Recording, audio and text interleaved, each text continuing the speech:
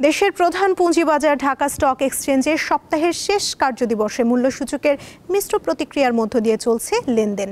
একই অবস্থা চট্টগ্রাম স্টক এক্সচেঞ্জের। পুঁজিবাজারের খবর জানাতে এবারে চট্টগ্রাম থেকে যুক্ত আছেন সহকর্মী রুনা আনসারি। রুনা, চট্টগ্রাম পুঁজিবাজারের লেনদেনের সার্বিক পরিস্থিতি আমাদের জানাবেন। ওয়ালটন এখন দেশের সীমানা পেরিয়ে পৌঁছে গিয়েছে 50টিরও বেশি দেশে। ওয়ালটন, ঘরে ঘরে বিশ্বজুড়ে। সুমনা, আমি সকাল থেকে বেশ কয়েকটি ব্রোকারেজ হাউসে দেখেছি এখানে যারা পুঁজিবাজারে লেনদেন করছেন, সাধারণ যারা ক্রেতা বিক্রেতা, তাদের ভিতরে আসলে তেমন সন্তোষজনক কোনো কিছু আমরা দেখিনি। মানে এই মুহূর্তে তারা যে খুশি হওয়া বা সুখবর কোনো কিছু তাদের মধ্যে আমরা পাইনি। তবে এই মুহূর্তে আমি আছি চট্টগ্রাম স্টক এক্সচেঞ্জের ব্যবস্থাপনা পরিচালক যিনি সাইফুর রহমান মজুমদার, তার সাথে আমি কথা বলছিলাম। তিনি আমাকে তাদের বেশ কিছু নতুন পরিকল্পনা এবং ঢেলে সাজানোর যে পরিকল্পনা সেটি সম্পর্কে আমাদেরকে কথা বলেছেন, এবং এই মুহূর্তে আমি তার কাছ থেকে সরাসরি আপনাদের মাধ্যমে দর্শকদেরকে জানানোর চেষ্টা করব। আমরা কথা বলছি ব্যবস্থাপনা পরিচালক সাইফুর রহমান মজুমদার।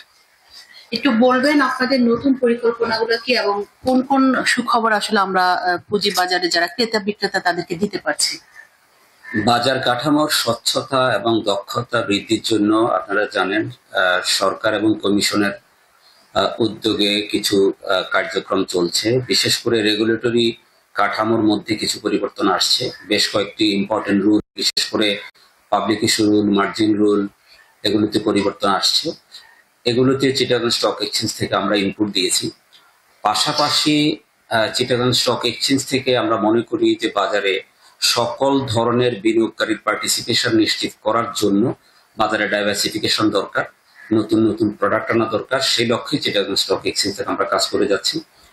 বিশেষ করে ডেরিভেটিভস পণ্য যাতে বাংলাদেশের মার্কেটে আনা যায় সেই লক্ষ্যে আমরা কাজ করছি। সেই ডেরিভেটিভসের মধ্যে প্রথম কমোডিটি ডেরিভেটিভস নিয়ে আমরা বাজারে পণ্য বৈচিত্র্য আনানোর জন্য যাত্রা করব ইনশাআল্লাহ, আশা করছি।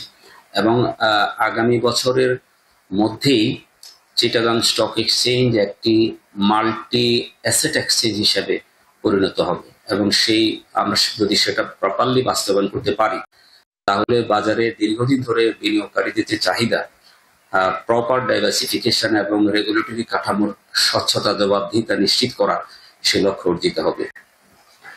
সুমনা, শুনছিলেন আমরা যে সকাল থেকে বিভিন্ন ব্রোকারেজ হাউসে অসন্তোষ দেখছিলাম ক্রেতা বিক্রেতাদের, যারা পুঁজিবাজার নিয়ে আসলে যাদের ভবিষ্যৎ পরিকল্পনা, তাদের সে অসন্তোষ হয়তো সামনের যে পরিকল্পনা আমরা চট্টগ্রাম স্টক এক্সচেঞ্জে দেখেছি তাদের হয়তো সে অসন্তোষ কাটিয়ে উঠবে, এমনটাই আশা করছেন এখানকার যিনি ব্যবস্থাপনা পরিচালক আছেন তিনি। এবং সাধারণ যারা পুঁজিবাজারে বিভিন্ন ধরনের স্বপ্ন নিয়ে এগিয়ে এসেছেন তারাও চায় আসলে চট্টগ্রাম স্টক এক্সচেঞ্জ যথাবিহিত এবং ঢাকা স্টক এক্সচেঞ্জের যে অবস্থা সেটি থেকেও যেন কাটিয়ে উঠতে পারে। সাধারণ মানুষের যে পুঁজিগুলো এখানে তারা দিয়ে রেখেছেন সেগুলো যেন তাদের স্বপ্নের দুয়ার পৌঁছতে পারে, এমনটাই তারা আশা করছেন। এবং পুঁজিবাজারের যে ধস, পুঁজিবাজারের যে অসন্তোষ সেটি যেন কাটিয়ে উঠতে পারে, এই ব্যবস্থা যেন যথাযথ কর্তৃপক্ষ করেন, এমনটাই আমাদের মাধ্যমে জানিয়েছেন।